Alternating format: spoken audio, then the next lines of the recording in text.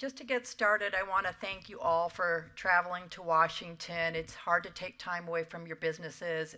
It's a long week. It's an expensive time of year to be in DC, and we can't thank you enough for participating. It's really important that you all are here. I think as Missy talked about, we have a lot of educating to do, and you all have wonderful business success stories to share with your members of Congress and share with other policymakers on the ag committees, and really talk about what you're doing and talk about what it means, because we've got great top line data, some new data that we're unveiling today while we're here, and you all have your own piece of that story. I mean, just at the reception last night, talking to a number of you all, but facilities opening, packing houses opening, bringing on new farms in areas where we haven't seen a stronghold for organic in the past, a lot happening in the Southeast. It's like super duper exciting. And so you guys need to get out there and tell your stories. Before we get started, I want to just acknowledge OTA staff that are in the room. If you're in the room here right now, raise your hands. These guys have been working for a couple of weeks, round the clock. So I just want to thank them and all their good work. And I also want to thank a few more sponsors, because without the support of the sponsors, we couldn't hold such a wonderful event in such a great venue and be here all together. So Applegate, I want to thank them. Everyone loves bacon. I enjoyed my bacon with breakfast this morning, so that was great. General Mills is also a platinum sponsor this year, and just in the last year, they brought two of their brands organic, Immaculate Baking and Liberté, so we'd like to see that movement in the marketplace. Mom's Organic Market, which is just a fantastic regional retail chain here, and they're back again this year as a sponsor. And if you're from out of town and you're in the area, get to one of their stores. They're pretty spectacular. So where are some folks from Moms in the room? You guys are still 100% organic produce in the produce shop. These guys, the things they do are amazing. So thank you. And then we've got Nature Ripe Farms, which is a first-time sponsor this year, and they're a marketing arm owned by growers of berries out in California. And I'll tell you a great story about why this industry is so fantastic.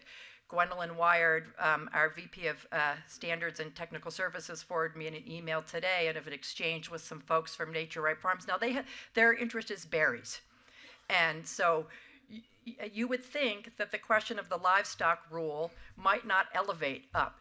She got a note from an email she sent back out, and Nature Ripe Berry Farms just submitted their comments, submitting the livestock rule going final, because everybody's got a stake in the seal and the brand. And so I think it's really important to recognize that this industry does the right thing, across the board, and is not just about the particular interest in your particular commodity and thinking if you just focus there, the rest of it's going to get taken care of. So I'm proud of our members for doing that kind of thing. It's fantastic.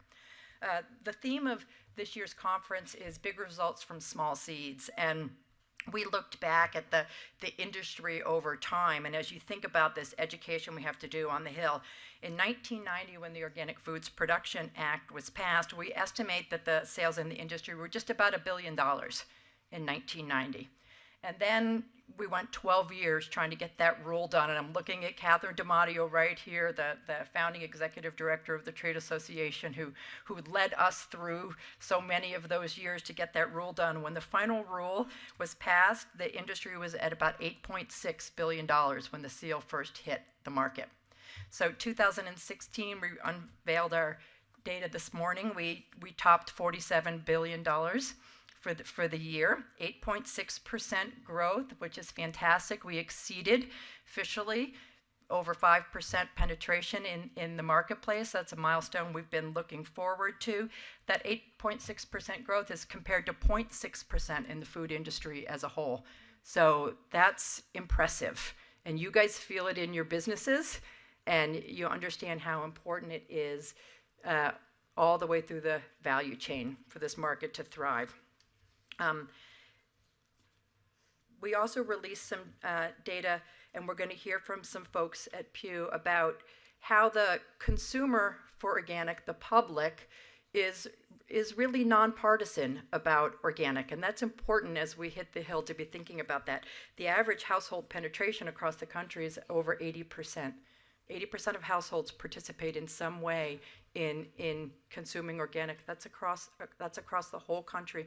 And we're going to hear some data from Pew about how you can't, political parties not a predictor around organic food purchases. I think that's so important for us to remember.